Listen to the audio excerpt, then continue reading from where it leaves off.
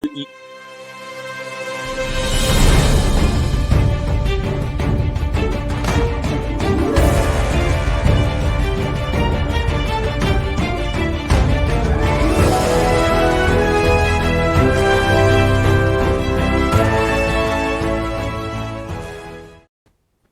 everybody. Welcome to Ryloth. No, I'm just kidding. I'm kidding. I don't want to do a terrible French accent. Welcome, everybody, to this spoiler review about The Bad Batch, episodes 11 and 12. Hey, we're 4 episodes away from this first season being done, but we are here to do a spoiler review from the Geek Buddies.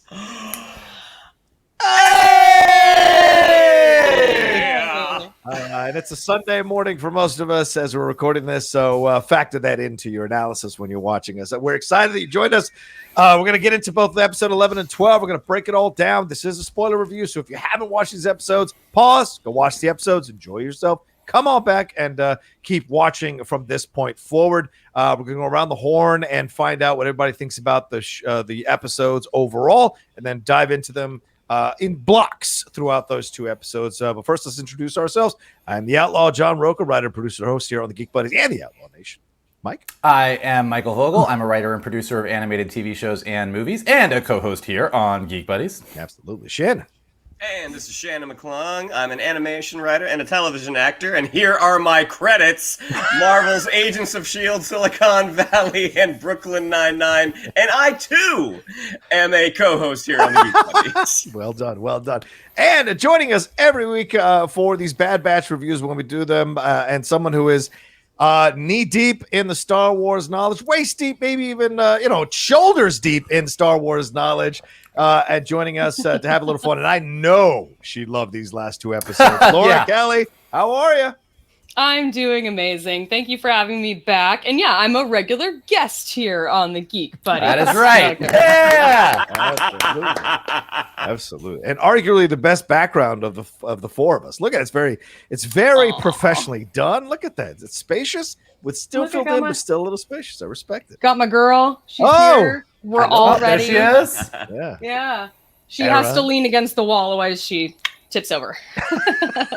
Might be the ear. Well, she's busy fighting that. She's busy fighting that rebellion. She needs to take 5, man. She's got a lot on her plate. She can't stand up all the time. That's right. Head and tail heavy. All right, well, let's get into the overall thoughts of these 2 episodes. Let's start with Laura Kelly this time around, because I know Hera's her girl. So this was all about a young Hera kind of figuring out how to fly, having her parents get captured, exploring all of what she can do here, having Omega kind of guide her a little bit as well, give her some much-needed confidence during her formative years. So what did you think about these 2 episodes combined overall, Laura?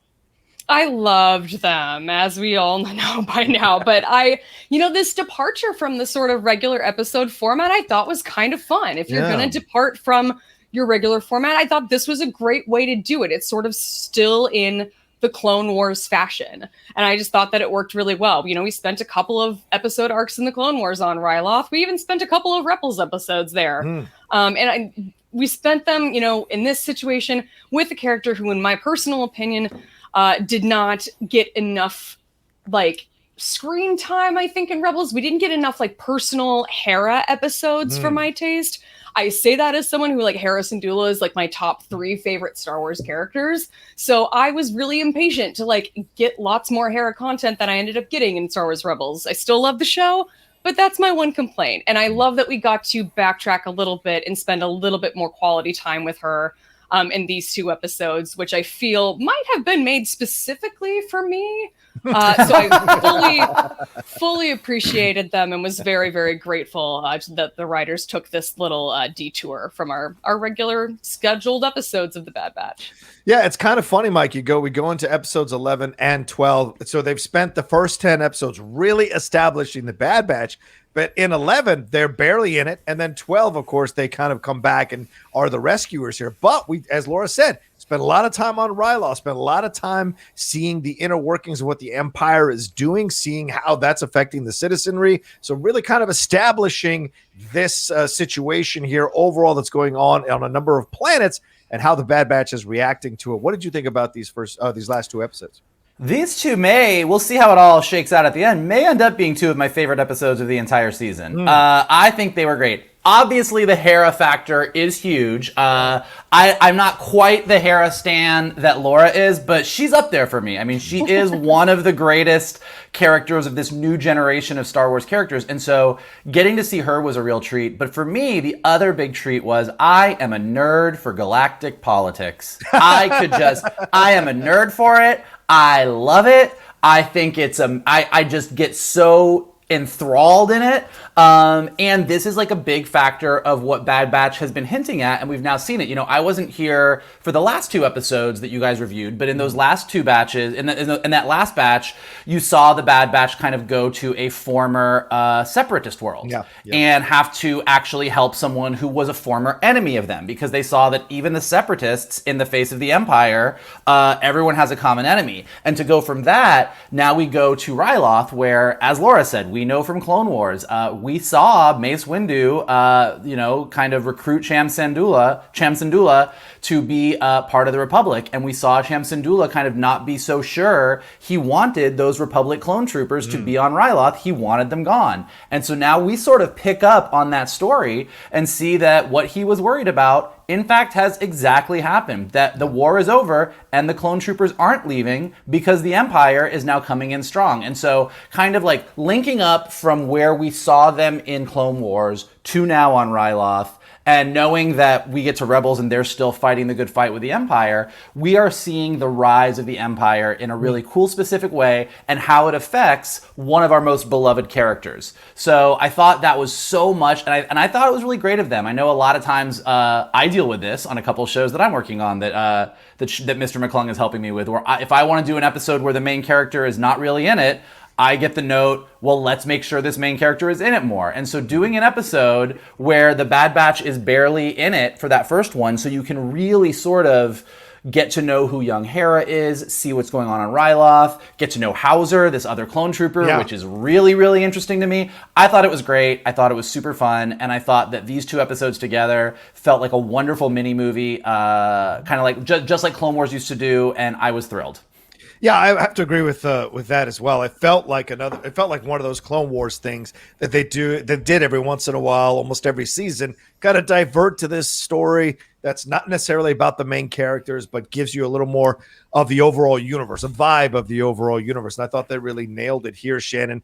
Also, Laura talks about being a huge fan of Hera Syndulla. Michael, not quite as fan, but certainly a big fan of Hera, but maybe giving her more screen time is how you bring people like Michael to the Hera party fully, and people like us to the Hera party fully. I'm at the Hera party. I know you. But I showed up with 2 6-packs ready to rock. You are, but you're in the back table and she's in the front table. We're going to get you to the front table, and I think I'm greeting everybody with a tray of champagne at the party. So. Yeah, you're not getting past Chopper into the champagne room at the Hera party, Michael. But Shannon, what did you think about these 2 episodes overall, man? And there's a lot of action here, especially that second episode.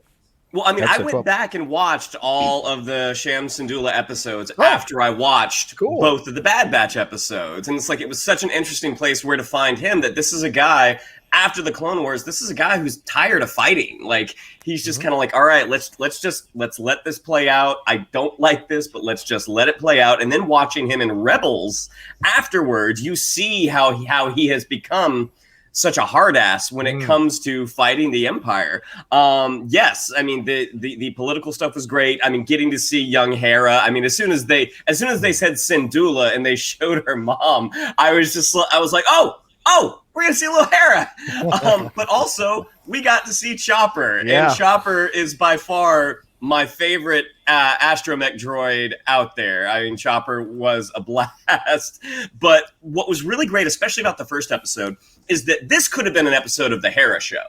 I mean, the Bad Batch, as you said, were supporting players in this. And as it started, I'm like, I don't know how I feel about this. But by the end, I was like, okay, yeah, I'm on board. I would watch the Chronicles of Hera as she grows up to become a rebel pilot. Oh yeah, that should absolutely be its own series. The Hera series should absolutely be its own series. I don't know why you wouldn't do that. That prints money. That whole aspect, because she's such a awesome character, and Vanessa Marshall does such a fantastic job voicing her. It wasn't a Freddie Prinze Jr. situation, which I thought was nice because the voice kind of fit for what they were doing, and no crap was being given there. So I thought that worked out overall. But you leave Freddie alone. I love Freddie. Freddie's a fan of the Outlaw. He's said that on camera. But like this is a situation where no one was giving Vanessa for doing the voices. But I will say this, Laura, correct me if I'm wrong. I watched Rebels as adamantly as you did. Did I miss the French accent? Was it taken away from her? Like what? I was watching something. Why does she have a French accent? She didn't have a French accent in Rebels. So is it me? That is a Ryloth accent. Oh, I'm first sorry. of all. Oh. Excuse you. Apologies. It's not like Hera did a semester abroad. Like that's how they talk on Ryloth. It was gone in Rebels. Is my point. So no, it was gone in Rebels by the time we get to her there, which is set. Yeah. I don't even know, like 10 years or so, almost 10 years after this show. Okay. After what we saw here, but what happens in one episode of Rebels when she goes back home to Ryloth to visit her dad is that when she gets into an argument with him at one point, she slips back into that accent for just a second. And it's really when she gets angry that she falls back into it. And so I kind of thought of it a little bit as like, you spend enough time in one setting, the accents kind of come and go, I imagine, especially if you're hanging around Kanan for 10 years on your starship. Yeah, that's a good point. And who knows what accent Chopper has. Maybe she's used to hearing this. She's used to hearing profanity for sure. Without Chopper swears like a trucker. Oh yeah. But I do think he's a cantankerous SOD. That's for sure. Well, go ahead. What were you saying? What were you saying there? Well, no, Mike? I was just gonna say, like, I have an old roommate who, like, she was from Georgia when she she lived with me in Kansas, and when she would get on the phone with her dad or her grandma, I mean, the way that she slipped right back into it, just in regular conversation. So that's kind of how I kind of interpreted it. Is that's the kind of the situation. It's just you're back home, you slip back into it. Yeah, I'm sure it was a discussion point when they decided to show young Hera, and I think that the explanation of the fact that she somehow left Ryloth and lost her accent makes more sense than trying to justify why a kid who's only grown up on Ryloth doesn't talk like anyone else. Right. So exactly. I think they probably made the right choice that, like, we clearly do know that she does leave Ryloth, she becomes a pilot, she meets Kanan, and it's somewhere along the way, she probably, like a lot of us do, like I moved out to Los Angeles from Florida and learned really quick that things like y'all and right quick and fixin', people made fun of you, and I stopped saying those things. That's true.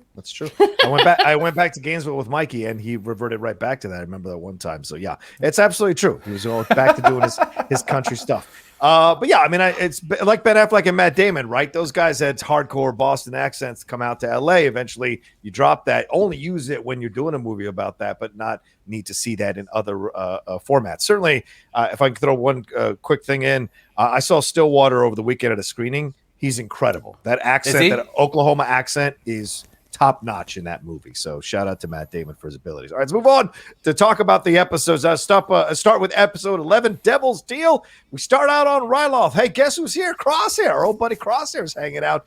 And we see this kind of setup like we had a couple episodes ago. Once again, the Empire's here on a planet about to speak to the populace, enlisting people in power to kind of make sure the populace stays in line. Senator Ornfrey Tar is there, voiced fantastically by Phil Lamaar. And Elena Syndulla is there as well, Hera's mom, discussing with Vice Admiral Rampart, Shannon's boy, Noshir Dalal there as well, talking about, the machinations, what needs to happen here. They're there to protect Ryloth. Just tell the people we're cool. And then Hauser is saying that Ryloth is safe. Cham Syndulla is there as well because of everything that's happening here. Then the senator comes, they go out to the balcony. The senator tells all the Twi'leks to step down from their military posts to enjoy their freedom, and that the clone army will protect them. But they rebel verbally and start chanting for General Syndulla. And Syndulla steps out, delivers a fantastic speech about and defending the clone army in the speech. Of course, for me, it made it feel a little bit tragic because we know what's coming. And then we cut to the admiral noticing after that speech that Hera Syndulla is missing from the crew up there. And then we cut to Hera Syndulla, who's with Chopper, and they're looking at this Empire refinery facility. Their Uncle Gobi said that they were to get some intel on it. And just as she randomly relaxes on the ground looking at the sky, a bunch of droid troopers show up and arrest her and Chopper. So, Michael, I go to you this. You love the political machinations. We start off almost immediately with these political machinations here. We know the senator, he totally is going to be a bit corrupt here. We see the Syndulla family there. We see Vice Admiral Rampart there. So certainly all these things are in motion, but we also cut to a Hera who is kind of doing her own thing and spurred on by her uncle. Yeah, I mean, like I said, this is, if you've never watched any of their stuff, this is a great way to sort of just get you up to speed on what's going on. You get really clearly the Empire has come in. Senator Ta, who is just the Ted Cruz of the galactic universe, like, but Senator Ta is like threatened by Cham Syndulla, and Cham Syndulla is the people's hero, and you got Gobi and all like the former freedom fighters out in the crowd. So you set up all the things, but as Shannon said, if you do go back and watch that Ryloth arc in Clone Wars, a key part of that arc is that Senator Ta back on Coruscant doesn't like Cham Syndulla and thinks he's a problem, like they shouldn't work with him, and Cham Syndulla doesn't trust Senator Ta. Like, that is established way back then. So they pick that relationship up right away. Like, everything is good, hey, the Clone Wars are over, but you're picking right back up on the fact that Senator Ta is definitely threatened by the fact that nobody really cares about his fat ass.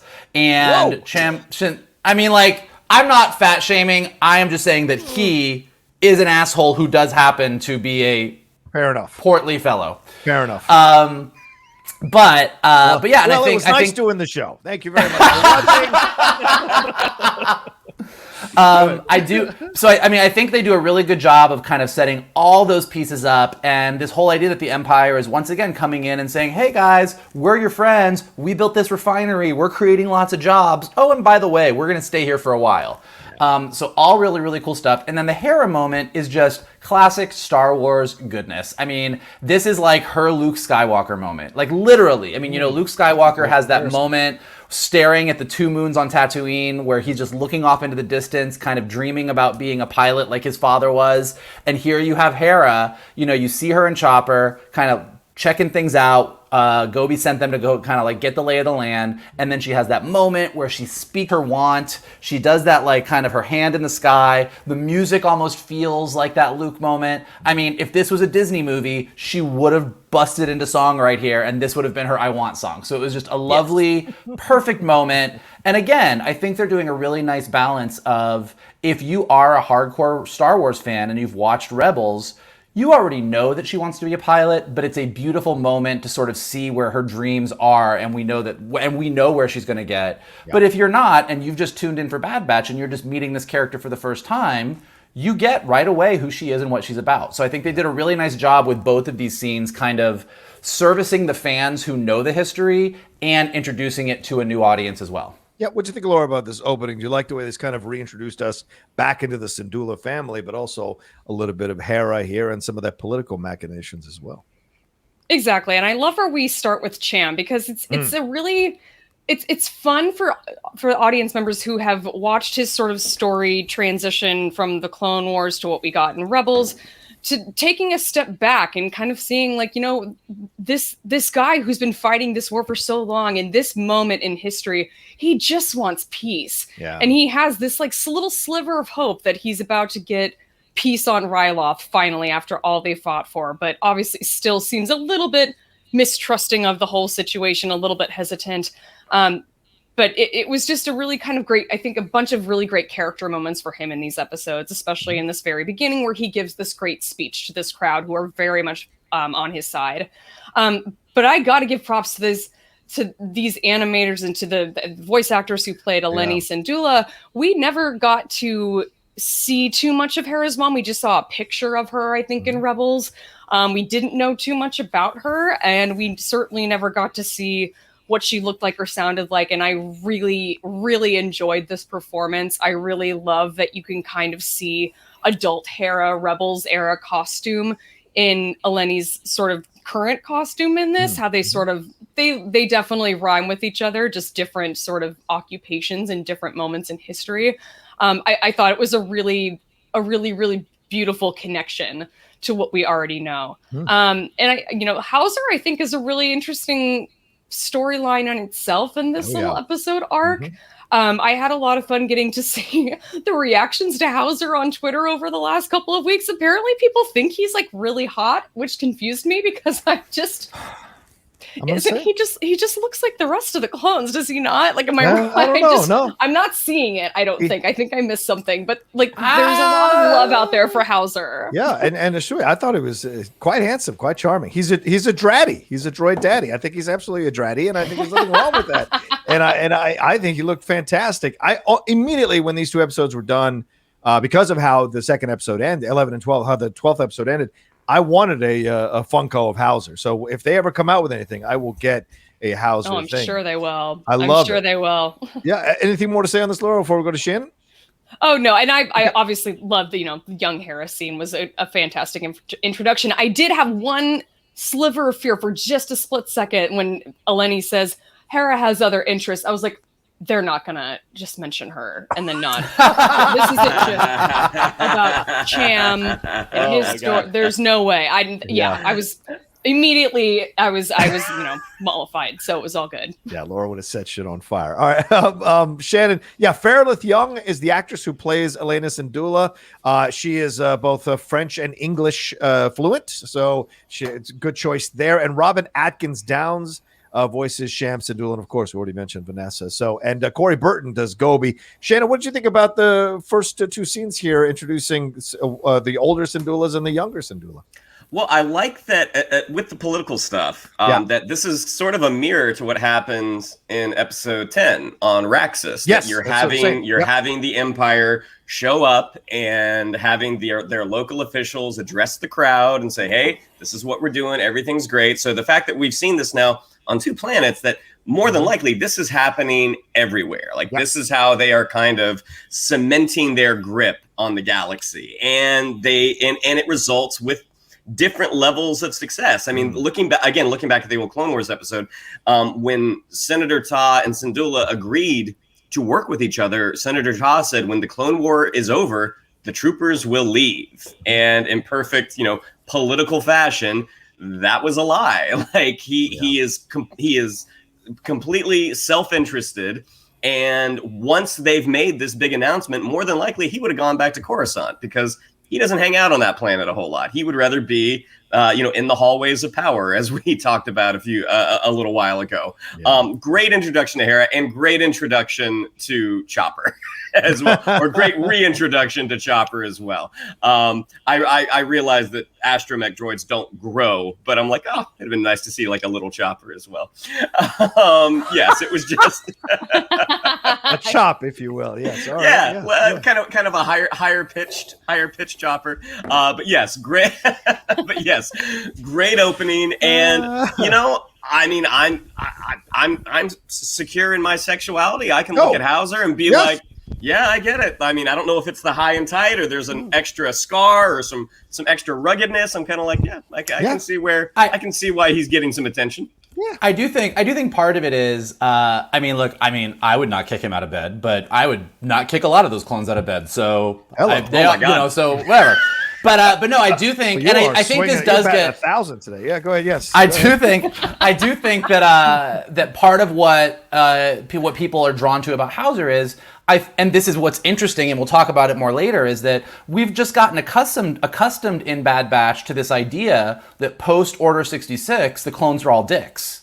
Like, they're all assholes. Like they all kill the Jedi. Clones are supposed to be the bad guys now. And aside from Clone Force 99, Rex, and a couple others, like, there's this idea that they are all just the guys that are doing whatever the Empire says. And what we see with Hauser, really for the first time, is that that's not exactly the case. And I think we're starting to see the beginnings of why we have stormtroopers instead of clones. So I think that's going to be interesting, but we can talk about that more later.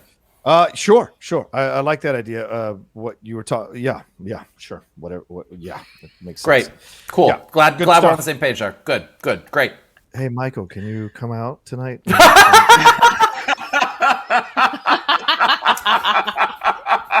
Anyway, all right, let's move on here. We go to Eleni and Gobi discussing Cham's decision here. Eleni says people are tired of fighting. But what we see is that both Cham and Eleni are like they're making this decision, but they're not 100% behind this decision. They think it's the right decision, but they're not fully sold on it. Certainly having Senator Ta involved in it probably doesn't help them feel confident about it. But Gobi says it makes them defenseless. And then just as they're having this discussion, Hera and Chopper are brought in by the droid army. She was apparently in a restricted zone. Hauser is leading this little droid group, leading Hera and Chopper. And Hauser says it can't happen again to Cham. Cham says, I promise you it won't. Then Hera and Eleni go off to talk about it. And Eleni reveals that she knew where Hera was. And then Cham and Gobi go at it. And Gobi said the droid army was supposed to leave, but more arrive every day. Cham says, what is the point of fighting if we cannot make peace? And Gobi says the Imperials are up to something. You just don't want to see it.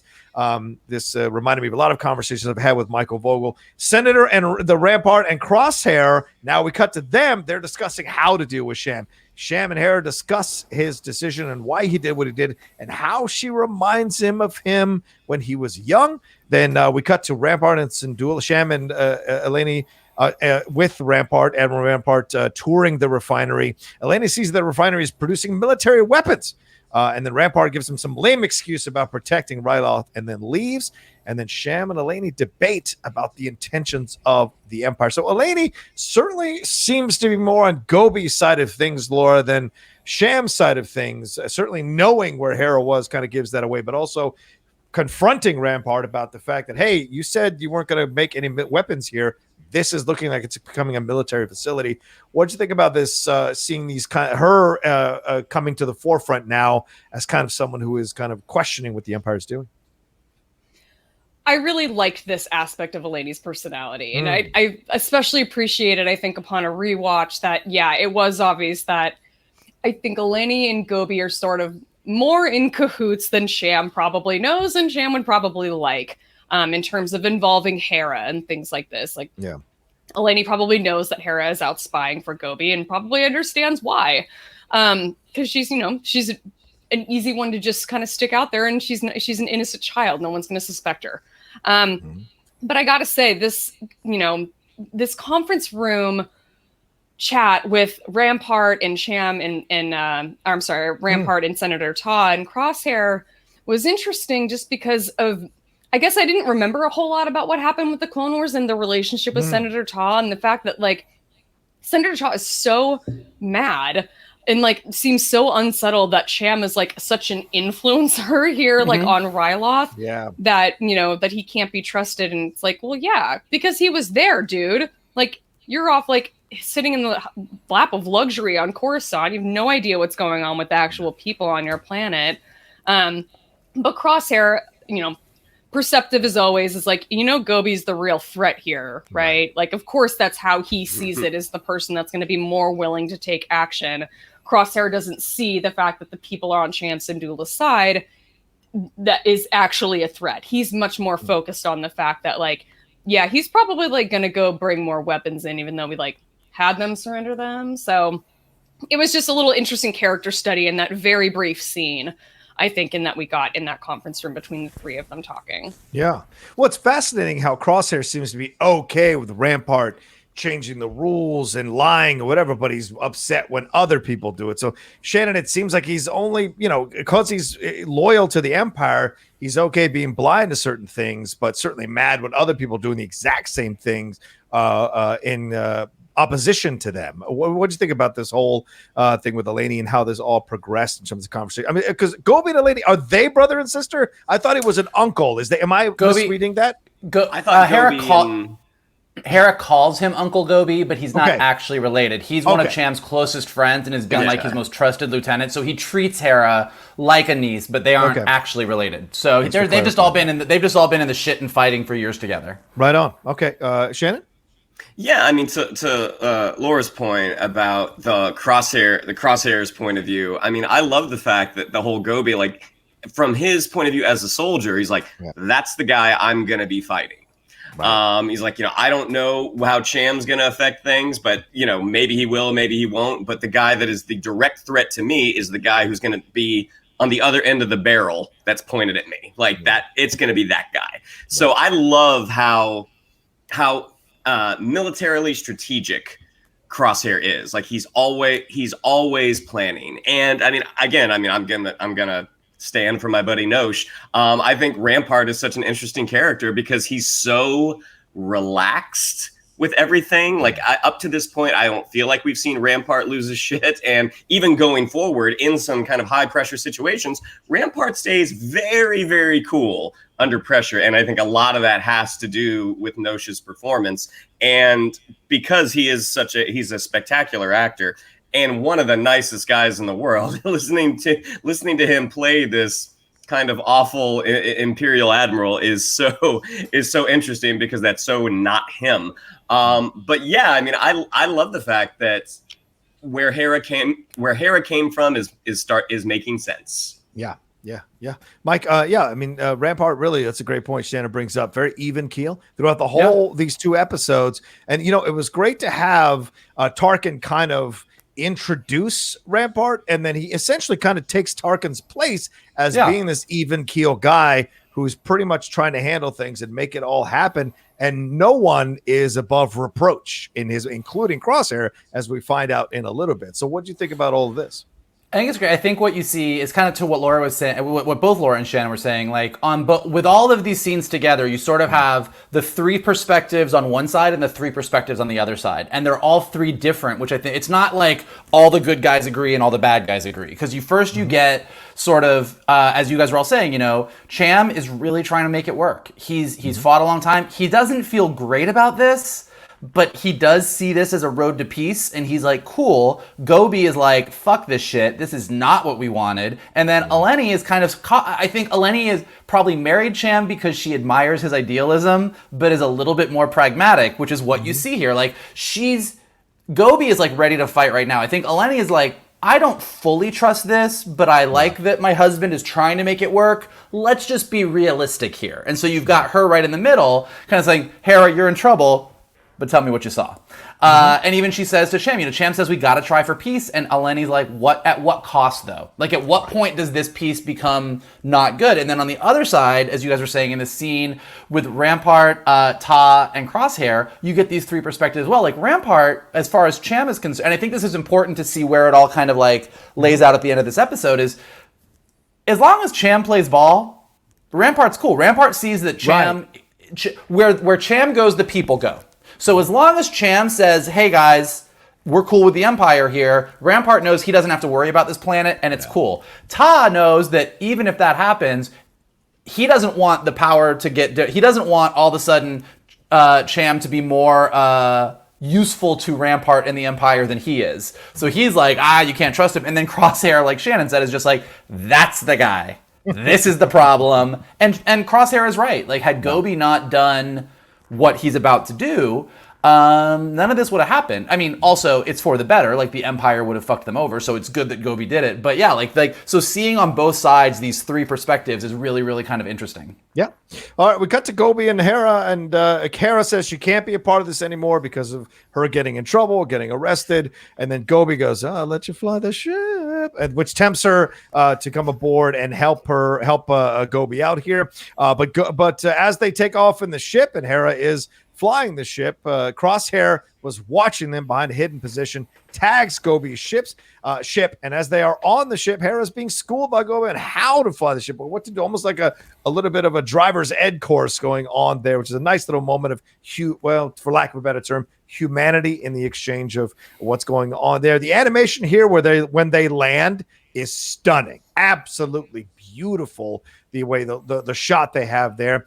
They land and Gobi reveals that they are there to pick up weapons. And hey, the Bad Batch shows up 13 minutes into the episode. So Sid has sent the Bad Batch to Gobi because he's paid for these weapons. They present the weapons to him. We've seen this in many movies, showing the weapons. All right, getting what I paid for. But then Hera and Omega kind of meet and have a fun conversation, getting to know each other. And they talk about the ship. They go inside the ship after Hunter says it's okay for Hera to go in there. She shows her around. They have fun. They have a nice conversation as they discuss the joys of flying. And you hear in the back that classic Star Wars music cue playing, old school Star Wars music cue, as they discuss the joy of flying. And flying is about a feeling, is what Omega says to her. And Hera says one day she will be a pilot and that she has a dream to live on a starship after Omega tells her that she lives on there. And then Gobi and Hunter have an exchange about building an arsenal, because Gobi says, I want more weapons. Let Sid know I will buy when she's got more weapons. Hunter says, this is going to attract attention, build this arsenal. He's like, you let me worry about that. And then as Hera comes back, says, did you know that flying is about a feeling? Omega says that. Did you know that flying is about a feeling? And classic Tech goes, what feeling? Anyway, so what did you think about this, Shannon? Just to correct myself, it was Hera who said flying is about a feeling, explaining it to Omega because Omega can't fly the ship yet because Tech is making her memorize all the specifications of the ship before she can actually fly the ship. And then, of course, Hera throws a monkey wrench into that because Omega now is caught up with this idea of a feeling, which is completely antithetical to how Tech views the world. So what do you think about this whole exchange here and also the weapons situation? A nice little kind of groundwork being laid about how much Hera is going to love being a pilot. Well, I know when I flew a small aircraft for my birthday several years ago, and John and Vogel were my passengers, I can guarantee they were not on the "it's a feeling, it's a feeling" train. No, they were feelings. It was a feeling. It was a feeling, all right. I've never had John Roca hold my hand so tight in my life. You were up there flying that plane with that guy, and we're in the backseat, and John Roca, who is not white. His hand was whiter than mine, as he gripped because this is it. We're going down. Yeah. We're not making it. You know I'm a verbose person. I was silent the entire flight almost because I just pure fear. Shannon, it was pure fear, nothing but pure fear. But yes, I did exactly what the instructor said. Yeah, right when you veered off the runway. Yeah, exactly. That was at the end of the flight. But kind of tricky of Gobi to tell Hera that it's like, oh, this is just a supply run, no big deal. And then they land on this beautifully designed moon. I mean, just so cool that it's like, okay, so this moon has some sort of atmosphere, but it basically looks like they are in space. Like you can see Ryloth like over, like on the horizon, gorgeously designed. But then when he tells her that we're picking up weapons, it's kind of like, all right, that was a little tricky to do to a kid. Yeah. But yeah, I mean, the way that the Bad Batch are presented, it's like, I mean, again, they are supporting characters in Hera's story, and watching Omega, like, well, one, Omega gets the okay, like, hey, can I bring her on the ship? Like, you really see how she is now a part of the crew. Like, she is ingratiated herself into this group dynamic, and she gets the go ahead, brings her on. I love when Hera saw her room, you know, the gun. Oh my God, like, well, it's, you know, when no one's firing the guns, like, yes, that's my room. But you're just seeing this birth of a rebel. And it's just so much fun to watch. And even you can still tell, like going back with Hunter and Gobi, that Hunter is still incredibly cautious. Like they are not doing this for Ryloth's freedom. They are doing this because they were hired for a job. And that's where Hunter kind of stops. And agreed, the comedic bit with Tech, I really got Harrison Ford, Raiders of the Lost Ark vibes. A truck. What truck? So just a really great scene. Yeah. Michael, what did you think of this? We saw some more with Hera and Omega. And, you know, later when they say goodbye, Hera says, I'm sure I'll see you again. So there's more stories to tell here. And such a easy and quick connection, two young girls coming together to talk about something they both enjoy, which is flying and being a part of the ships and all of this kind of stuff. What do you think of this whole thing? Yeah, I thought it was all great. I mean, first of all, I do love that Gobi, I think in his mind, he's doing the right thing here. Like, he's been a fighter his whole life. He he respects that Cham is dad, but he's like, I'm going to make sure that you're ready to fight because I think this shit's about to go down and I want you to be safe. So although he is pretty tricky about it, I mean, his intentions are good, maybe not the best parental move.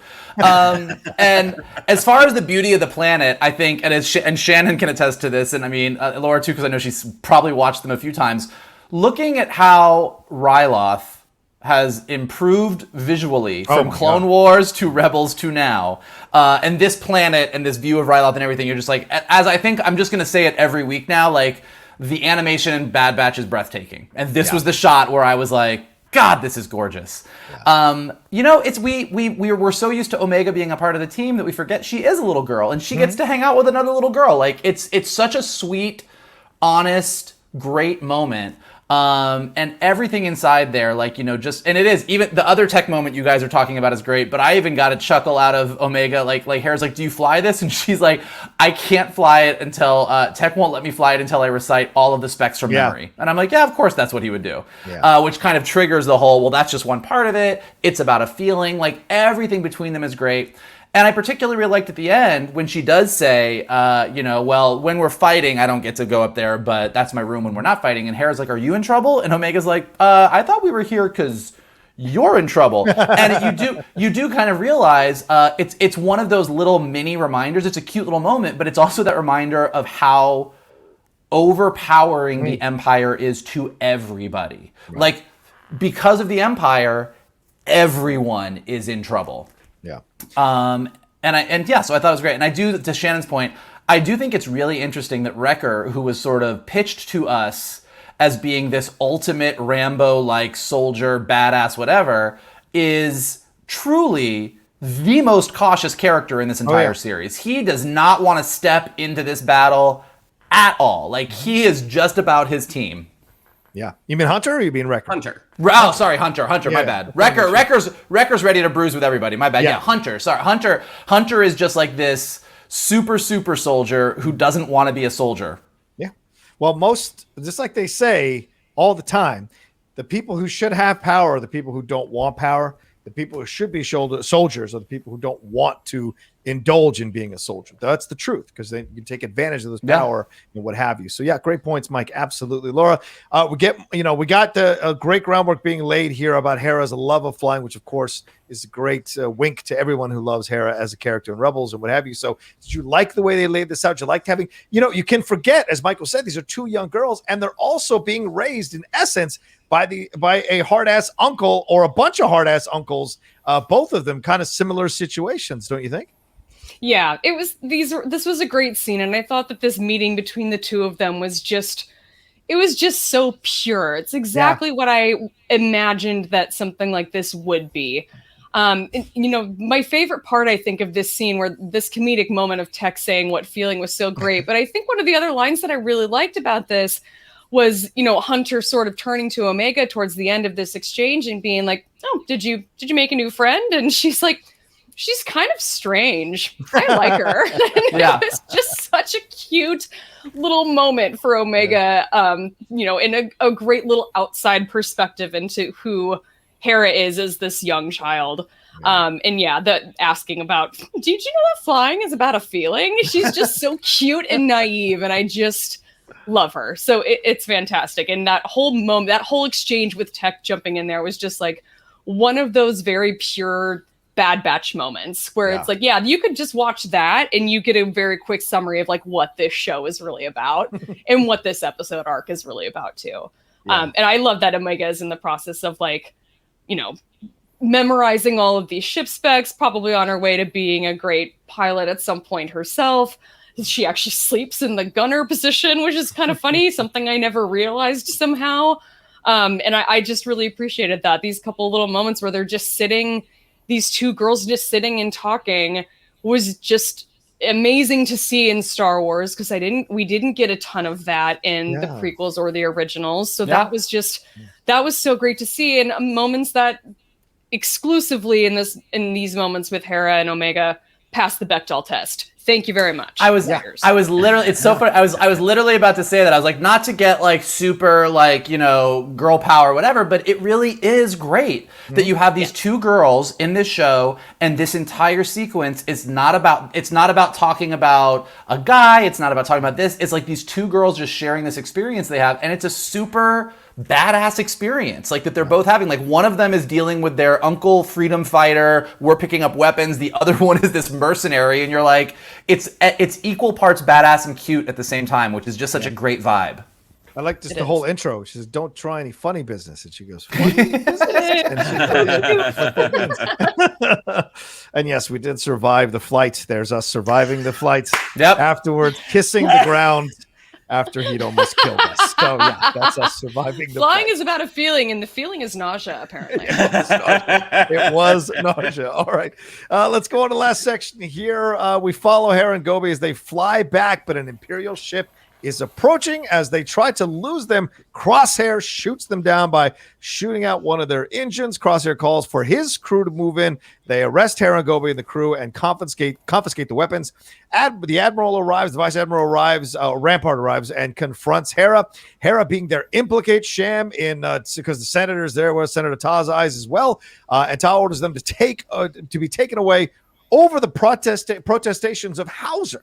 Rampart stops Crosshair from taking out the rest of Gobi's men so they can report what's happened back to Sham, kind of laying a little bit of a trap for Sham Syndulla and Elena Syndulla to fall into. Chopper comes in and tells the Syndullas that Gobi and Hera have been convicted of treason, which motivates Sham and Elena to go after them. They attack the ship, carrying Hera and Gobi, and save them. These are great action sequences. No way I'm going to sum all this up. Just fantastic action sequences with speeders and speed bikes and all this kind of stuff happening in the ships. Tah orders the droids to attack Sham and Elena. The comms have been cut by a rival Twi'lek, so they have been cornered, and they are systematically taken apart. Tah is freaking out. Rampart surrenders to, quote, keep them alive. The Syndullas are reunited as a family. Tah and Sham confront each other. Sham pulls a gun on Tah, which I thought was shocking for me, and then is talked out of possibly shooting Tah, murdering Tah there by Elena. And Rampart says, thanks for playing your part. And then Crosshair shoots Tah and then frames Sham on Rampart's orders. And they are all arrested except for Hera, who escapes with Chopper in a speeder. And Rampart tells Hauser to have their forces capture Hera. And I put down here, great 80s synth music score to end the episode. So, Mike, a lot of drama here. And certainly, as you talk about political machinations, faked assassinations or framed assassination certainly is part of it. If you study the history of world politics, there've been a lot of nefarious shit from country to country with stuff like this. So this was a pretty dark sequence that we got to watch here. I literally wrote in my notes, Rampart is tricksy, Tah is a moron. Like that was my But because you have this situation where, okay, they find Hera, they do this whole thing, and Tah right away, because all he cares about is where his positioning is. He's like, oh, if Hera's here, it means we can implicate Sham, throw him in jail. And Rampart knows that that's not going to work because Sham is too beloved. He understands that he needs something bigger than that. So letting the freedom fighters run away to warn Sham, he knows what's going to happen. He's thinking 3 moves ahead, which is what makes him kind of a really interesting villain. He's not one of those typical Imperial reactionaries who's just kind of like, oh, these rebels, I don't know what to do. He's smart. And exactly what he sets out to do is exactly what happens. Sham and Eleni come running. Every time Chopper shows up anywhere waving his little arms, I just imagine the expletives coming out of his mouth, and it always makes me giggle. But yeah, amazing action sequence. Cham in full freedom fighter mode, total badass. You really see why this guy is beloved by his people. And then the entire sequence, I'm with you, Johnny. The fact that he pulled the gun, justified. He's put my, what are you doing with my dog? This whole thing, Hera's in danger. He's ready to go. You see this guy who has wanted to maintain peace so badly, but is so fed up with Ta's bullshit, and you see Eleni come in and say, not like this, but then Rampart has everyone exactly where he needs them, and it did make me giggle a little bit when Ta went down, because I just think he's such a moron. So like the fact that he's just standing there and Crosshair's like, cha-choom! But yeah, like sets up everything really, really great, because Rampart now understands that having Cham in prison and being able to make this big show of this attempted assassination is important. And then also important for the next episode is that Hauser has witnessed all of this. Hauser has seen this whole thing go down, and you can tell without them making a big deal out of it that he is very not sure how he feels about any of it. Yeah. And you find this all the time, you know, if you, like I said, if you study world history, you find this all the time where they try to implicate good people because they have a strong power base in that country, and they try to create false narratives about them to create dissension amongst their own people and have them turn on them for their own political desires, to have control of whatever is resources are in that country. Laura, this was fantastic, but yeah, I mean, the moment is Cham pulling the gun. That is pretty surprising. What did you think about this whole sequence, and were you a little frustrated that Rampart set this all up and they all fell into the trap?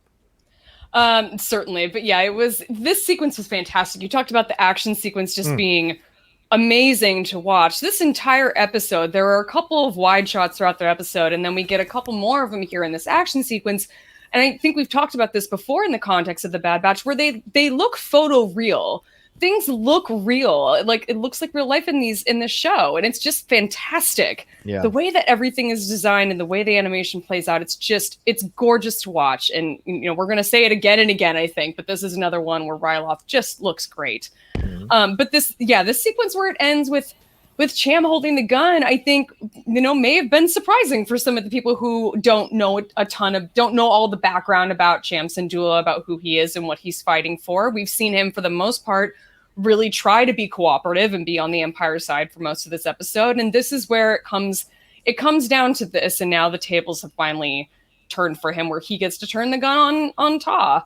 And I love that we have, you know, Eleni is sort of the voice of reason in this moment, and the calming presence that sort of reaches up to the gun and says, you know, his time is going to come. He's going to get his due, but not in this way and not by you, which I just thought was really, really perfect and just really endeared me even more to this truly badass character that Eleni is. I really, really love all the decisions that they made with how to present her to us as an audience, and to those of us who know who Hera grows up to be. And yeah, when we see Chopper pull up, and you know, I think Eleni says something like, "Chopper, get Hera out of here," and it just sort of reinforced for me this like bond that Chopper and Hera always have had and have later on, where Chopper in this situation is very much sort of, you know, the family pet, but he's also Hera's protector. Yeah. We're always kind of thinking of R2D2 as like the dog, and Chopper is a cat because Chopper's an asshole. So that's, you know, the comparison works very well. But Chopper very much in this family dynamic is the family guard dog as well, or almost like an older brother. And, you know, later in Rebels, we see Hera blow up an entire starship because they tried to like fuck with Chopper. And that made her so angry that she just messed up all of their communications and the whole thing exploded. So it's like that all is, you know, ingrained in her from this very young age. And it was just great to see it play out in this episode. Yeah, Shannon, Laura makes some excellent points, and Michael as well, about this whole relationship, and also the what's going on with the Syndullas here, and also how these political machinations, sometimes you get freedom fighters, you get against these senators, when stuff is unstable, like the Empire is making it and they're transitioning, anything can happen. So certainly having him pull the gun here, although it was shocking, not out of the realm of possibility when you don't know what the actual established government is on your own planet. You know, what do you think about this whole ending here? Well, you think, again, based off of his appearances in other Star Wars shows, Cham has always been a fighter. And that's why when this started, it was like, oh, this is kind of out of character for him. Like, he says he's tired of fighting. Yeah. But you also consider, like, he now has a child. And so he wants peace. Like I now have a kid in this world, and I have a vested interest, not just in the people of Ryloth, but trying to have peace for my child. And it's also the child is the reason he's then willing to level up and like, all right, if we're not going to do peace, let's get to it, because you have now established she will not be safe in this world that you are creating. Yeah. Watching him in sort of his kind of that native fighting force mode. I mean, it was awesome. At one point, I know this isn't what happened, but he knocked a trooper's helmet off, and for a second, I'm like, holy shit, he just knocked that guy's head off. But then I looked closer, and also the chase, like generally, and Mike, correct me if I'm wrong here, but in live action, when things are shot in the dark, it's a little cheaper because you don't have to worry about every little thing being perfect because you can't see it. And I imagine it's the same in animation. But even these shots of like the with the headlights, I was like, God, this is gorgeous. And the little bits of detail that you're getting, it's like they are spending some money on this show. Yeah. And again, my buddy Nosh, Rampart is just such a pragmatist that he's just kind of like, okay, well, let him know we surrender. And then at the end, or before that, when they're like, there's 3 freedom fighters, they're like, okay, let him go. Like he's playing chess in his head. I mean, he's just such a natural tactician that by the time Cham shows up, it's like, oh, was this your plan all along, or are you this quick a thinker that you were able to build this just kind of on the fly? Either way, Rampart is Johnny is gone. John had to go. John had to go fight with the freedom fighters. He'll be back in a second. Mm-hmm. But either way, Rampart is a very formidable opponent. Not just for the people of Ryloth, but also for the Bad Batch. I also think, to your point about the fighting, they did go out of their way to show that the Freedom Fighters, Cham and the Freedom Fighters, are just stunning everybody. Like they're pissed and they're fighting and they're here to get Hera, but it's almost like there's still this attempt to be like, look, we're coming for my daughter, but we're not going full war yet. Like, we're just stunning you guys. We're just here to do what needs to get done. And it really is Rampart who's going to escalate this. Other than decapitating the guy, but yeah. Sure, aside from that, obviously. All right, well, that episode ends with a cliffhanger, so we move on to the next episode here to talk about it as we go into episode 12, Rescue on Ryloth. So we go back to Ryloth. Sham Syndulla is being confronted by Rampart there as he sits in prison. He jabs at him, Rampart does. He jabs at Cham about being a traitor, about his followers, and then hits that daughter button, man. And then he tries to work Eleni, saying, "You're the smart one. You're the one that's, you understand. You're the more pragmatic one." And she says, "I've seen what you do with your allies. I prefer to be your enemy." And then as Rampart walks off, Hauser lingers. And then Hauser tries to reason with Rampart as after he lingers there for a little bit, looking at the Syndullas in prison or in a jail cell, he walks out with Rampart, tries to reason with him. He contradicts Rampart's narrative when Rampart tries to claim and boldface lie to Hauser that Sham had tried to assassinate Senator Top, but he can't offer another suspect when Rampart calls him out on saying who else would have done it.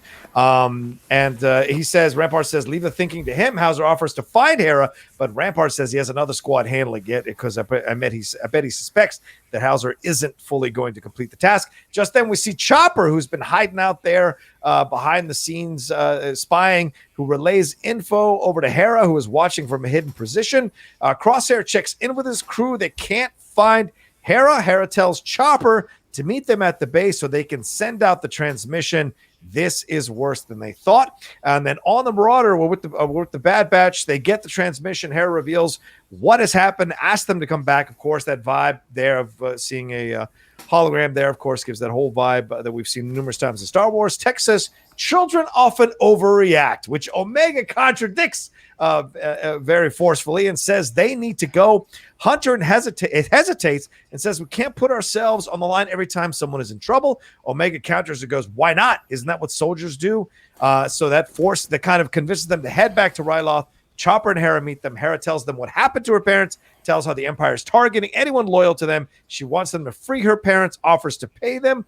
Omega is all about it, but Hunter says, let's see what we're up against. No guarantees. And then Omega gives him the slowest side-eye I've seen in Star Wars yet, which got a little bit under my skin. So Laura, let's start with you on this one. We're getting more with Hauser and Rampart. We're seeing the groundwork being laid that Hauser is eventually going to side with the Syndullas here. We see Rampart really kind of enforcing his rule here. And then we see Crosshair, his frustration at not being able to find Hera, but Hera and Chopper are working their own deal out here and bring in the Bad Batch. So heck of a beginning. What'd you think about these scenes combined together?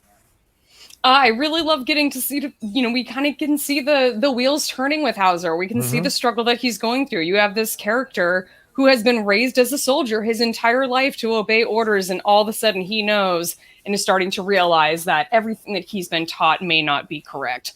And in this situation, he really doesn't want to betray Cham. And it's just really great to sort of see it all play out on his face in these little moments where he just looks sad and says nothing and walks away from the cell, following Rampart away. So I love the little moments with him. The fact that he offers to try and go find Hera himself, and all of a sudden now, Eleni and Cham aren't totally sure if they can trust him. And that's just kind of sad to see, I think. But I gotta say with this, with Hera calling the Bad Batch specifically for help, number one, it was really sad to me that she didn't have anyone else to turn to. I was just like, oh, sad. Like, there's literally, her whole life has been, this freedom fight on Ryloth. I guess it shouldn't have been surprising to me that there was nobody else that she could reach out to in this time. But that was just so sad to hear. But the fact that she calls not their ship specifically, she's calling Omega specifically and calls out for her to come back and help her and bring back the team. And I thought that was so amazing. And I love that we get to have even more time with these two together on the same planet, in the same room, on these missions together. And the fact that, Omega sneakily somehow gave Hera the comm channel to contact them just for emergencies only, which, yes, in this case, it is an emergency. This was a great sequence. I'm glad that we were able to bring in the team this time and get a little bit more time with the Bad Batch and sort of see how these two stories, the freedom fight on Ryloth that's been going on for years and continues on for years after that, and the Bad Batch's, mercenary work sort of coincide. It's just great. But Laura, the side-eye. Talk to me about that side-eye. She wasn't joking. We get a little bit of Omega attitude. Right? We're seeing, it was just so great. And, that's the thing, is that we're not totally sure exactly how old Omega is. I think we've heard Tech, reference her as an adolescent. Right. Hera in this scene is probably 10 or 11 years old, and I just love that. We're getting a little bit of the attitude here from Omega in particular, and it was just perfect. I thought it was funny. Shannon, this is Omega the teen years. This is like Groot playing video games and yelling at Star-Lord. A little bit of the attitude there because she's the one calling them out. Now, I personally was irritated by it because I'm like, you can't keep putting yourself in, because you know what? We die. So you, in your mind, you think it'll be fine because you're young, you're a child, you haven't been through the wars that we have. But, sometimes it's good to have someone on the ship to remind you of the purity of what it's all about, to fight, to save people, to help people in certain situations. But it can get a bit irritating. What did you think about this whole intro here with Hauser, with Rampart, and then, of course, with Omega and the Bad Batch coming in to help Hera? Well, looking at the differences between Cham and Eleni, the Rebels episodes really hit a lot harder because you're like, Hera is her mom. Yeah. And you can see the bumping of heads between her and her dad, and just that response to to Rampart that I've seen how you treat your allies. I prefer to be your enemy. I'm like, that is such a well-written line of dialogue. And with Hauser, I mean, Hauser is kind of proving Rampart's point of like the clones we should get rid of these guys because they're a relic from a war that has already been fought. And you start to wonder, like, how did the inhibitor chip affect Hauser? Was he one of those guys that wasn't affected because he seems to be good. He seems to be a good man at his heart. And yeah, I mean, I'm kind of with you, John, on the Hunter's response of like, you gave her our homing frequency. Like, you can't do that. But children, as man. you said, yeah, I know. But as you said, I mean, she's there to kind of be the heart and soul of the team. Right. I imagine it's always a balancing act, and I'm sure people who are parents who are watching understand that sometimes your children remind you of what it was like before you got a bit embittered or I don't know, hardened by the world. They remind you that there's another way to look at the world. But what did you think about all of this, Mike? Yeah, the inhibitor chip is a fantastic point Shannon brings up. I was thinking about that. It occurred to me as Laura was talking. What about the inhibitor chip? What do you think, Mike? What do you think's going on here with that, with Hauser and everything that happened in these sequences? Well, we see in the end of the episode that Hauser's not isolated in this. Like, he's not an outlier. So I don't think it's that Hauser is somehow not affected. I think what we're seeing, and I could be totally off on this, but Order 66 technically says, hey, the Jedi were traitors. They need to be taken out. But if you're a good soldier, taking out a traitor is still within the purview of like, well, that's what you do. You might not always agree with orders, but good soldiers follow orders, and these are traitors.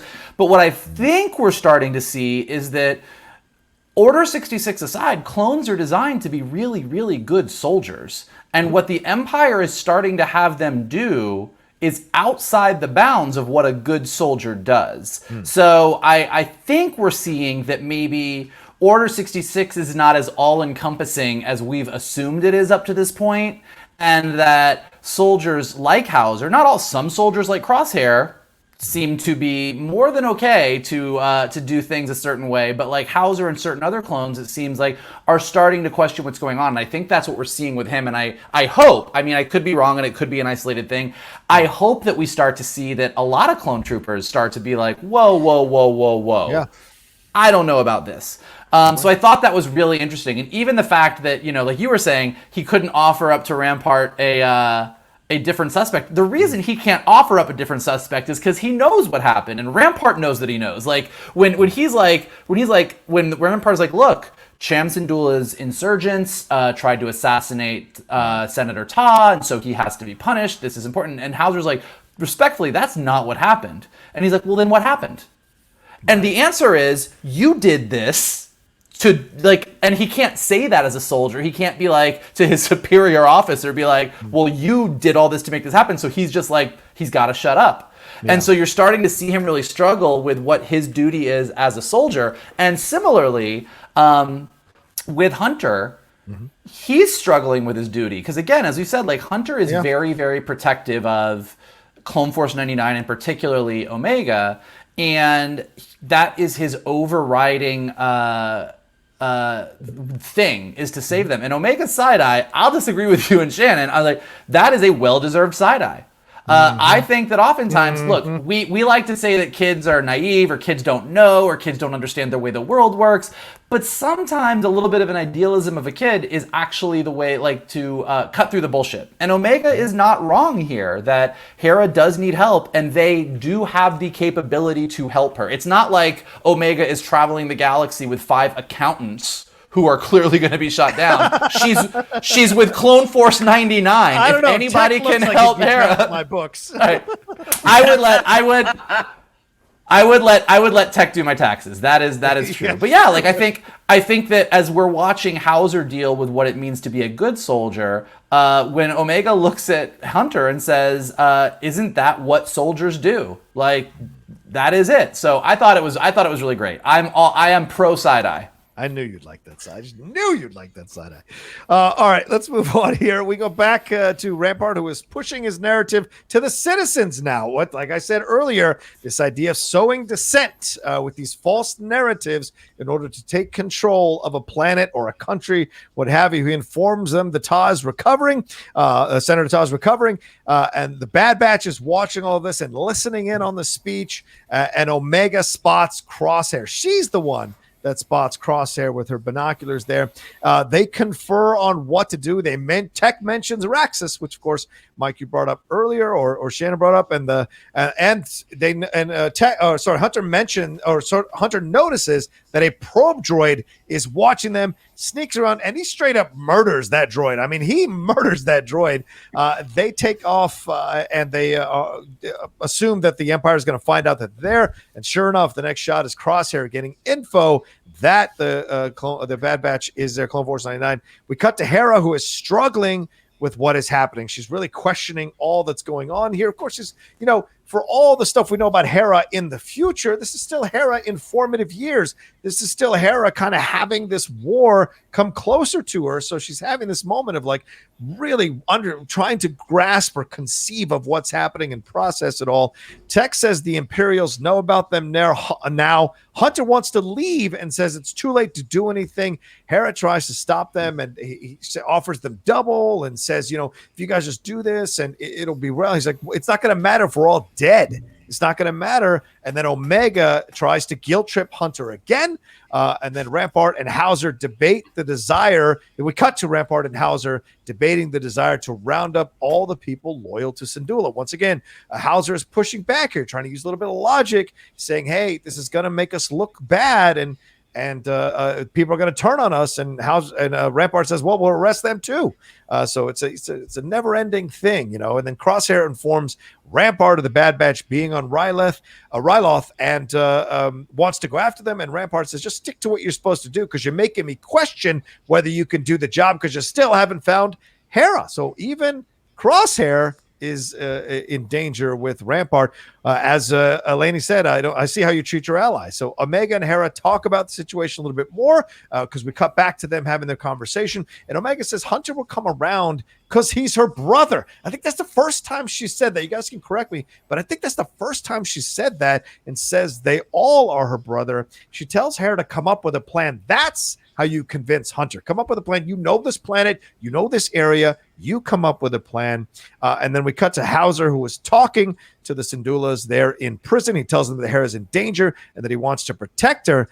And Cham drops the mic, says he failed protecting Ryloth. How can I trust you protecting my girl? Let's stop here. Shannon, this a lot here. Certainly with the Omega and Hera here figuring out how to convince Hunter to come aboard. And then, of course, with Rampart and Crosshair, a little bit of dissension or division between those guys as well. What do you think about these scenes, brother? I mean, the stabbing of the Imperial probe droid, and then the little knife twirl afterwards, the little flex to be like, that's right, I made you mine. Shannon, we got to explore some things within you, but all right. Yeah, go ahead.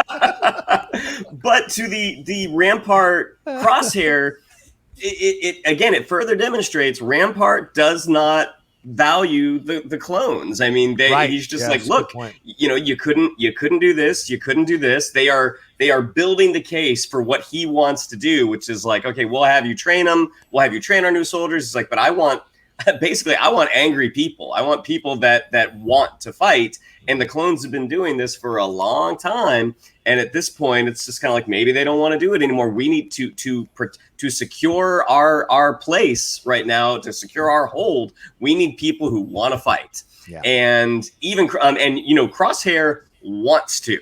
So, but just the fact that, Crosshair at this point hasn't been able to find Hera. And yeah, I mean, the way that she refers to the Bad Batch as her brothers. I mean, I wrote the same thing. It's like, I guess as an audience, or at least I haven't, we've never really thought about them as siblings. Like, we think about them as being her uncles just because of that age difference. Yeah. But in reality, like, they're all they're all her big brothers, and she also knows the way. She knows her big brother at this point. Like, this is how you get to Hunter.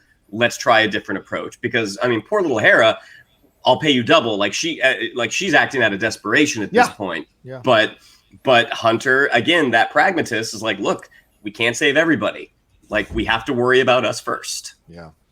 Yeah, and it's smart. Once again, we mentioned this at the beginning of the show when we were doing our reviews, how Omega kind of figures situations out quickly, figures out she's a tactician. She's essentially a piece of all of them, of the Bad Batch, and understands how to handle these situations. And in this moment, she knew exactly what to tell Hera. As Hera was kind of, just a little bit overwhelmed. She's young. This is her first experience. This is kind of nutty. Her parents are in jail. Her uncle's in jail. Like, she's freaking out a little bit. So there's nothing wrong with someone come along, a little bit of a calming influence, Michael, and be like, okay, let's take this step by step, and let's get to and this is a nice lesson for her to learn, as well as she will become a freedom fighter in the future. So what do you think about all of this? And then, of course, Shannon's comments about Rampart kind of laying the groundwork here that these droids can't be trusted. Yeah, I think, as far as the whole scene with first of all, probe droid awesome. Like, it was just great. Like, Hunter just kind of like looking out of the corner of his eye and just being like, caca. Like, I was like, that was great. That was amazing. That is why you are the man you are. It was great. But yeah, so like they kind of see the lay of the land. They realize this is no good. I love that Tech does point out Raxus and kind of says, look, this is not peacetime. Like, this is a military operation. Like, this amount of troopers is way bigger than what they're saying it is. And I think that when Hunter, I do love that Omega sort of parrots Hunter. Like, Hunter kind of has that conversation with her where he says, you got to be strategic. Like, there's no win here. And then Omega kind of shoots back like she's doing what she needs. I would do the same thing for you. Which, again, like, as far as like the side-eye judgment, like, Omega is all about judgment in this episode. And I think it's great that this is the first time, because we've seen this bond that she has with Hera, and because the team on the show knows that we as an audience are already bonded with Hera, we're on Team Omega here. When she looks back and shoots back, you're not 100% wrong, John, that like Hunter is being smart about this. Yeah. But we are on Team Omega. But I do love, he says to her, you need to be strategic. This is no good. And Omega's solution is to go to Hera and be like, we need to be strategic. You know this land, you know this area, let's present them with a plan. Like, she doesn't just do, to your point, she doesn't just do what a kid would do, which is throw a tantrum or say, we need to help her because. She goes, okay, I know my brother, I know what this is about, we need to present him with something that he will approve of. And that's what they start to do, which I think is really, really great. The brother thing really hit me the same way it hit everybody. I'm like, did not think of that, and that is giving me feelings. That is like when she was like, he's my brother, they all are. My first reaction was, do not end this season with something that is going to gut me. I am going to be mad at you. Don't do it to me. Don't do it. I want this to be happy. They're going to do it. They're going to do it. I know something's going to happen. And the Rampart stuff, I really do think like Hauser kind of really trying. That's just what this is. He's like, hey, I got as many as I could. These are innocent people. They didn't do anything. They're gonna go up against you. And Rampart's like, look, peace comes at a cost.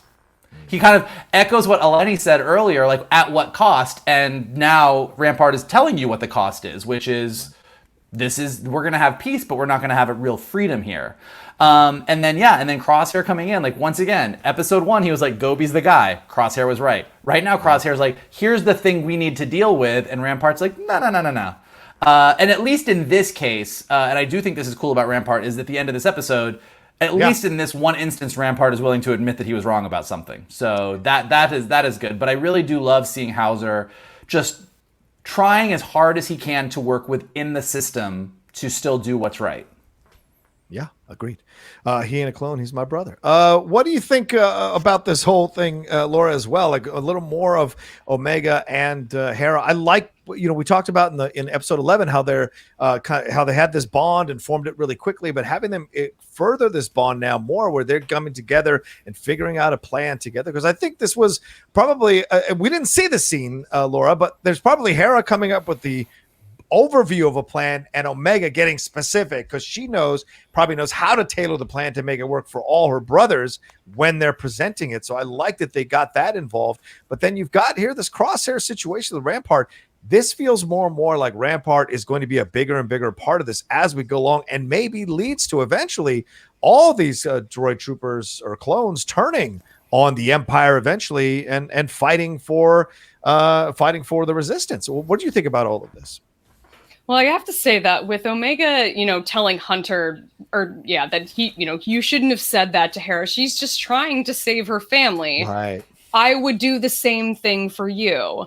And that really hit me where I was just like, oh, come on. Like, he has to be like on her side now because it's exactly right. Like, she's like, Hera's willing to go to the ends of the earth and Omega would do the same thing for them. And it's just that was the moment that gave me feels.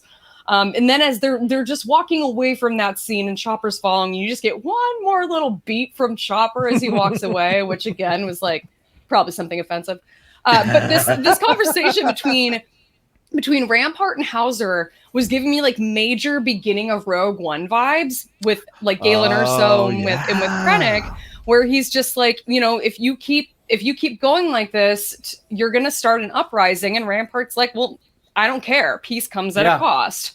Right. And there was another thing that sort of mystified me about Rampart here, which was that Crosshair tells Rampart, yo, Clone Force 99 is here on Ryloth, and Rampart's like, so what? And at this point, I'm just like, really? Like, is nobody giving you any reports about anything? So you just don't know that you've been dealing with them like this entire show? Or like, what? How are you still underestimating this group of people? Like, come on, man. So yeah, the fact that he then gives, Crosshair the task of finding Hera was a little bit scary, probably for Hera. But yeah, I do love that they're hanging out at Sham's old headquarters in a lot of this. They're coming up with this plan.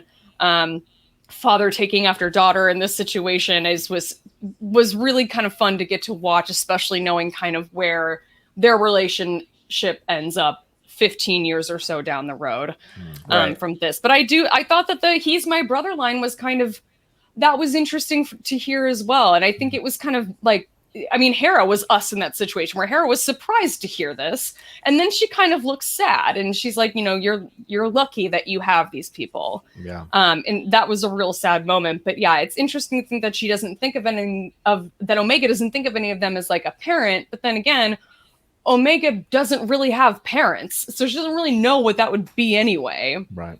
Yeah, that's a good point, actually. Very good point. All right, we go back to the Bad Batch and Hera. Hera suggests that they attack the refinery to distract forces from the capital. They'll need to bring reinforcements in, which will allow the capital to be a little less guarded. Maybe they can get in and save this, the Syndullas and the other Twi'leks that are there. They discuss strategy and how to pull this off. Omega and Hera with Chopper on their own, which surprises the rest of the Bad Batch when Hunter lays down that part of the plan. We cut to the refinery. Chopper sneaks in behind some droids, flies on in, and starts walking with the droids. He electrocutes an R2 unit, but he can't seem to disable the cannons. Then he gets spotted and captured. Omega spots a ship and convinces Hera that they can use it with Hera flying it. They get into the ship and start wrecking havoc all over that refinery. And the music cue I wrote down was reminiscent, and you guys can correct me on this, on some of the Empire Strikes Back music cues. It had a little vibe. I thought it was something there going on there. They disable, because of course this is in essence a rebellion. They disable the cannons, and Wrecker flies on in and blows up those cannons. And right on cue, they call for reinforcements, and Rampart takes off to deal with it. Leaves Hauser there. And then the Bad Batch roll up into that main area and save the Syndullas. Crosshair figures out what the Bad Batch are doing as all these other ships are flying off to be the reinforcements to the refinery, and then heads off to confront them. Just as the Syndullas have been saved and all the Twi'leks are saved, and they're with the Hunter and the rest of the Bad Batch. They're about to walk through a door. Hauser stops them and tells them it's a trap. I wrote, he's so noble here, and he buys them time to escape using Tar's shuttle, which is Eleni's suggestion. He does not go with them, even when he's kind of repaired this little bit of division that had sprung up between him and Chem. He says he doesn't go with him. He's not going to abandon his squad, his clone trooper squad. The door open, and they take off. Then the door opens after a little bit, and Hauser walks out. He convinces the other droids with a great speech to lay down their weapons and not attack the people of Ryloth. Crosshair calls for their arrest. Meanwhile, the Bad Batch escape with Syndulla as Crosshair shoots after them. Hunter, and we go back. We cut to them there at Syndulla's ship. Hunter refuses payment from Eleni and Cham, and he tells them to keep it and that these occupations are happening on other planets. Hunter once again, though, refuses the call to join them. Eleni, ever the pragmatist, says, because he says he has to look out for his own people, and she says they will be in danger too eventually. This is like a broken record that Hunter keeps hearing from a number of people throughout this series. And then Hera says goodbye to Omega, sweet little moment, and says that she will see her around. She thanks Omega for believing in her. Then we go back to Crosshair, who was talking to Rampart. Rampart now understands the danger the Bad Batch poses, and he grants Crosshair permission to hunt them down. And we go back to an 80s synth music cue, but it's a more ominous, dangerous music cue, and I love it. And I wrote, here we go, because we got 4 episodes left. Michael, hell of an ending to this episode, at least 2 episodes, really. So what did you think about all of this? Well, first, I think seeing Hera sort of lay out a plan to a group of people for probably the first time, but definitely not the last, gave me a lot of vibes. Like, I was like, this is what she does. This is who she is going to be. And just watching her kind of lay it all out was just so rewarding and nice, and it made me happy for her. And I really loved that Tech's reaction when Hunter was like, all right, you, Omega, Hera, you go with Chopper. You back Chopper up. And like everyone's like, whoa, what?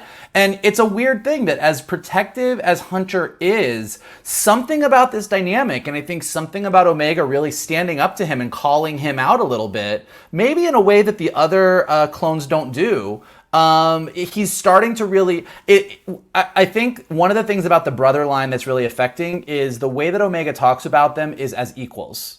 I think when Shannon was saying about we think of like an uncle or like a guardian, and when she says brother, that is not these are my guardians. Like I am equal with them. We are all the same. We are siblings. And I think that Hunter is starting to treat her that way, which I think is really interesting. All the Chopper stuff is great. I wrote down if Chopper could talk, he would be canceled. I don't know. That's brilliant. I don't know what he's saying, but I think it's better for all of us that we don't know what he's saying. Omega sort of improvising on the spot, Hera getting to fly, super satisfying moment. The moment when she gets to do it, I laughed really, really hard at the two. One, when Tech was like, has Chopper deactivated the cannons? And Omega's like, no, we're on it. Don't shoot down our shuttle. And he's like, wait, what shuttle? What's going on? And then a little bit later, when like they're kind of laying waste to the refinery, and Hera's like, I'm getting the hang of it. And Tech's line might be Tech's line of the season. Yes, your dangerous and uncontrolled maneuvering is as confusing to them as it is to us. I always love when Star Wars is kind of like the first time that I ever experienced sort of a giant action sequence taking place in multiple, like there's 2 things happening at once, there's 3 things happening at once, there's 4 things happening at once. And so this whole sequence is very much like classic Star Wars to me, as you've got, Tech and Wrecker laying waste, as Omega and Hera and Chopper are doing this, and then you've got Echo and Hunter on rescue mission, and it's all working great. And then Hauser kind of coming in with his amazing, amazing speech, this great moment. A, that he kind of gives him the warning. B, that he says that he's not going to abandon his squad. Like, they're like, all right, cool, you're good, come with us, you're going to get in trouble. And he's like, I'm a soldier. I'm not leaving my men behind. These are good men. Like, he is just so noble in this moment. And I really do love, and I think this is why we're going to sort of come back to this, is that as they're all leaving, Hunter kind of looks back at him, and there's like just a beat where he's looking at them, like taking in the fact that like everything we thought about the clone Order 66 stuff, I'm maybe not, like that's the way that I read it. And or maybe it's like the way that I hope it's going to go.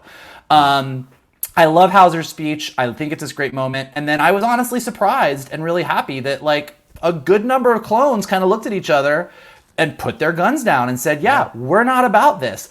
I legit 1000% thought Hauser was going to get shot. I thought Crosshair was going to legit straight up just shoot him. So was kind of relieved that he got arrested. Again, Hunter is a horrible mercenary. He did not take the money. Hunter is a soldier. He is a hero. He just can't admit it to himself. And I love, like this whole, I love the beginnings of I love that you don't have this moment where everybody just rebelled. Like Cham is over here going, we've got to organize. Like we've got to get together as a group. This is bad. And like you said, like Hunter's like, no, this is all that matters to me. This is my focus. I'm not doing it. And just once again, he is refusing the call over and over and over again. And then Hera just at the end of the lovely goodbye where she just says, keep an eye on your brothers. They need it. Like it's, we're so used to like, I think so much in our growing up in the 80s and growing up and everything, like when you're a kid, having the kid be the hero is great. And then as you get older, you're like, this isn't realistic. And they're really selling me on the fact that Omega is an equal to all of them. Like they're really, she's really stepping up. And then, kind of Crosshair being taken off his leash and given permission to go after them and hunt them down. I'm like, well, I'm with you, Johnny. I'm like, these last 4 episodes are going to be a rip-roaring awesomeness because I really am excited to see where it wraps up and also have no idea how it's going to wrap up. Oh, yeah. I mean, and I'm lost in the place of like, and Laura, I know you might come after me on this, but I'm lost in the place of I don't want redemption. I didn't want it for Kylo, and I don't want it for Crosshair. Can we just have a villain? Can it just be okay to have a villain in Star Wars that doesn't get redeemed? And we have a badass next 4 episodes where they go at each other and someone kills the other one. I want to see that. That's just my point of view. But Laura, what do you think about this whole ending? Phenomenal stuff going on. Some great lines as well. And then, as Michael said, Crosshair being taken off the leash, that should scare the entire galaxy. Not just a Bad Batch. What do you think of all this? It really should. It's going to be a scary place in the galaxy for a little bit with him. I want to back up to Hera coming up with the plan, which I thought was amazing. We're getting little peeks into the leader that she's going to eventually become. Yeah. Baby Hera is not a very good pilot, and I appreciate that. I gotta say, the shuttle is spinning around out of control for a little bit. The dangerous and uncontrolled maneuvering was a fantastic line from Tech, but I gotta say, I just love that they didn't make her a perfect pilot to begin with. She had to learn, and she had to, in some ways, yes, she's a natural in some ways, and she definitely has a feel and the spirit for it, but she has to learn. And I appreciate that they were able to put that into this episode because, she didn't have the hang of it quite at the beginning, which was just kind of funny to watch. Let's see. We get to see Hauser, making this great speech, which I love. I love that he mentions, that they're good men. Part of his speech includes, we are attacking the very people that we had spent the last 3 years swearing to protect, trying to free them from the Separatists. And I love that we just got a little bit of that background. Like those guys, they were probably all there with him that entire time. And I was also kind of surprised that we even had a few of them lay down their weapons and actually get taken prisoners. So I have a feeling we're going to come back to this, and I have some speculations about in what way we're going to come back to this. So I'll be curious to see it play out. I don't know if I even want to say it out loud. Okay. I want to know. Yeah. Okay, I'll tell you it then when we're done. Okay. So we, at this point, so we have Hunter saying that he has to take care of his group. We've got Cham saying that he has to take care of his people. We're going to go our separate ways. Hera thanking Omega for believing her was another great feels moment for me. But cutting right to the end where Rampart is just like, you know what? My bad. I underestimated Clone Force 99. And Crosshair's like, dude, I told you. Like, come on. And now the fact that we've got Rampart and Crosshair both sort of on their tails, I think is going to prove to be a very violent last 4 episodes. The part of the speculation that I'm thinking might happen is that we might end up having Crosshair going back to Cham, and Cham potentially betraying the whereabouts of the Bad Batch in order to gain protection for Ryloth for his family, because Cham has been known to do this. Cham is not in any of this for any kind of bigger rebellion or any kind of, not looking at the Empire necessarily as the enemy. It's just anybody that isn't Ryloth is his enemy. So he's really out for number 1, and I wouldn't be surprised to see something like that happen. And maybe if we do revisit Hera and Cham at all, whether it's this season or next season, you might start to see the breakdown of their relationship potentially based on something like that. That's a great point, Laura. That is a fantastic point. Yeah. One prediction. Probably won't happen, but I'm just putting it out there. You never know. And by number 1, you mean the planet, right? Ryloth. You mean not just himself. Yes. Ryloth. Yeah. Which, a lot of people wouldn't fault him for, because that's how a lot of people do view the world, certainly. Shannon, what did you think about this whole sequence to wrap up these 2 episodes? In essence, one big episode split into 2 parts. What do you think about this whole ending here in Crosshair? And then, of course, more with Hera and Omega and all that happens with the Rampart as well. I mean, to start off with Chopper to Vogel's, like, we don't know what he's saying, but we're pretty sure we know what he's saying. From here on in, I'm going to hear the voice of Rick Sanchez from Rick and Morty anytime Chopper, because when he goes up behind that one R2 unit and gives him the astromech shank, and you hear, he's telling him what he thinks of him at that point.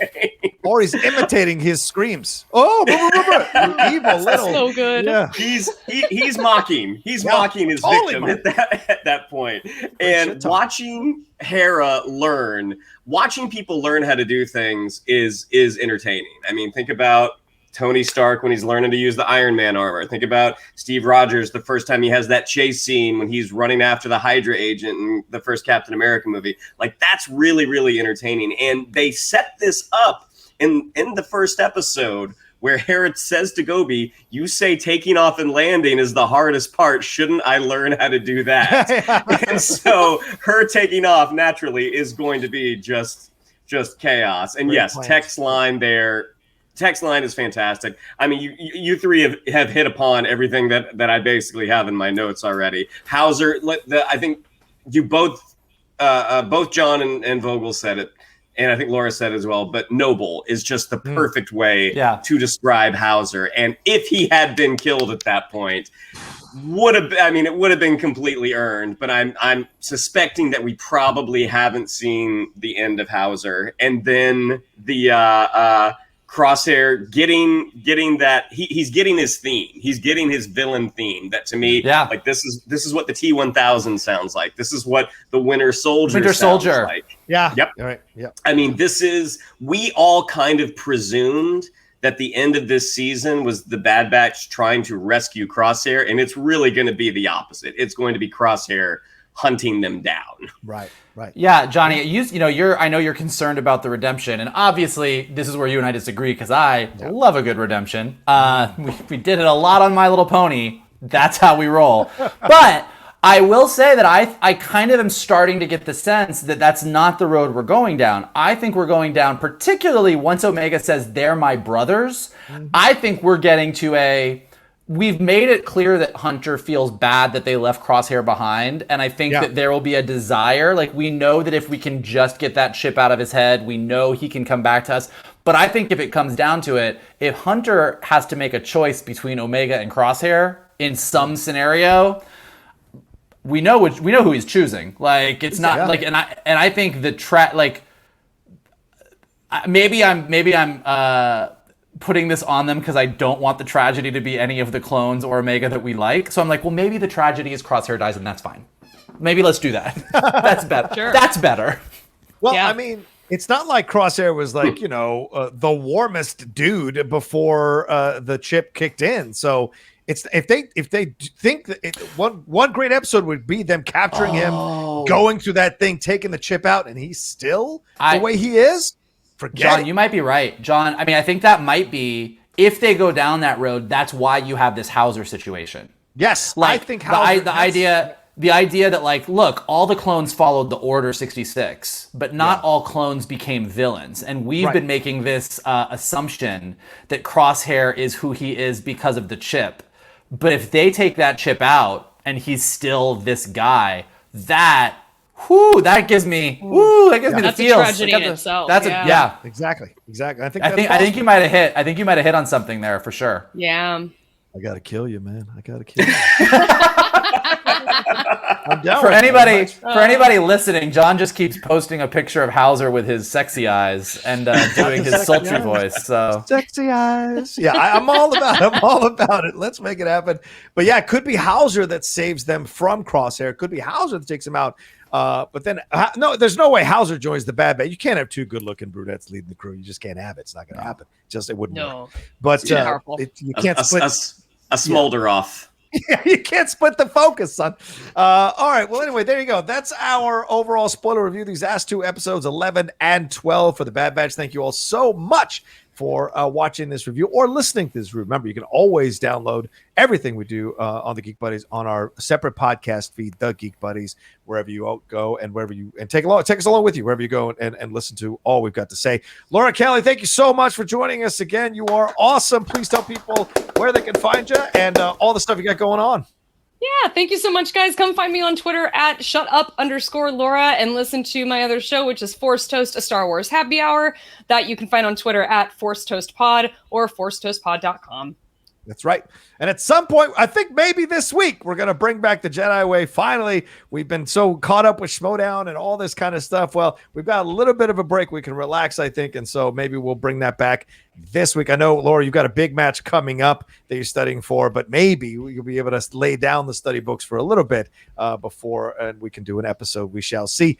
Shannon, what do we have to tell them? Yeah, if you'd like to follow us on social media, on Twitter, it's at Geek_Buddies, on Instagram at _Geek_Buddies. If you'd like to follow me on social media, on Twitter, it's at Shannon_McClung, on Instagram at Shannon the Geek Buddy. If you would like to follow Mr. Vogel, it is at MKToon. If you would like to follow Mr. Roca, it is at The Roca Says. Mikey? Well, as Chopper would say, wah, wah, wah, wah, wah, wah, wah, wah, wah, wah, wah, Oh my God, this is not rated NC-17. Wow. But if you don't speak astromech, here are some ways that you can help us continue doing what we do. Smash the like button below, subscribe to Johnny's Outlaw Nation page where you can find all kinds of great content, both Geek Buddies and Jedi Way and tons of other stuff.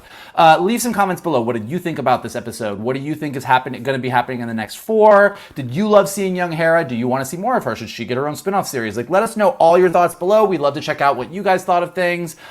If you are listening to this on Anchor or Spotify or Apple Podcasts or anywhere where podcasts are available, leave us some stars, leave us some comments. It helps us go up in the rankings, makes it easier for people to find us. And the best thing that you can do, as always, is to retweet this video, post it on all your social media outlets. Hey, if you are a Star Wars fan, this is where the best Star Wars conversation is happening. Come join the buddies, come become a buddy. We like it. The more buddies, the better. And yeah, that is what we got to tell you.